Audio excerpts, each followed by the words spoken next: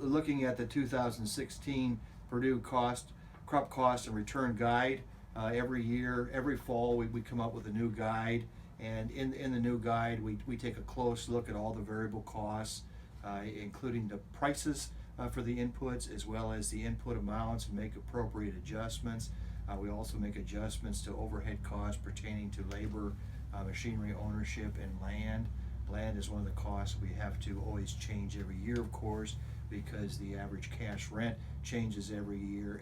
And for these budgets, we typically use Craig Dobbins' annual survey results from August to come up with our estimate for the upcoming year. We know that might be off a little bit, but that's still our best estimate of what the cash rent is going to be for the next year.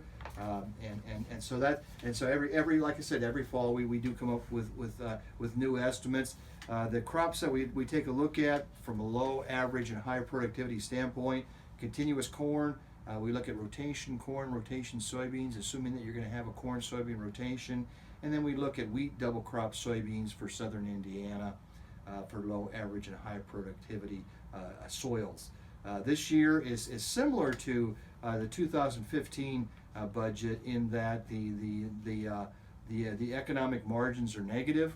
They're very negative for all of the crops, regardless if you're looking at low, average, or high productivity. And so that's similar to 2015. And so there is some real challenges this year in trying to manage cost.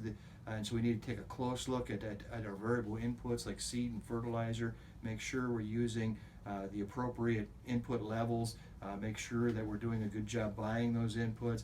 We also need to think about trying to negotiate cash rents, try to get the best deal we possibly can, because that, if we can get lower cash rents, that's certainly going to help our margins. We also need to take a close look at labor, machinery. Are we using too much labor? Do we have too much machinery? Make appropriate adjustments there. But it's just going to be very challenging for producers regardless of their crop rotation for 2016. So that's very similar to 2015 and to some extent 2014. 2014 looked better than 2015 and 2016.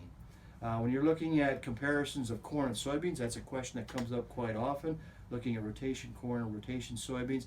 Similar to 2014 and 2015, rotation soybeans right now actually looks a little bit better from an economic contribution margin standpoint and earnings standpoint.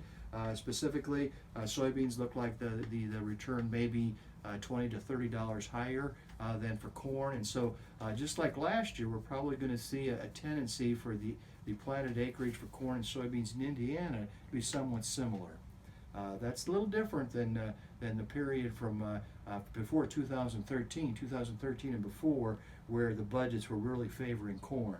But certainly since 2014, looking at 2014, 2015 in hindsight, and then looking at 2016, soybeans is much more competitive. And again, this is on low, average, and high productivity soil. And so again, we would assume that we're going to be moving more towards a 50% corn, 50% soybean situation in Indiana.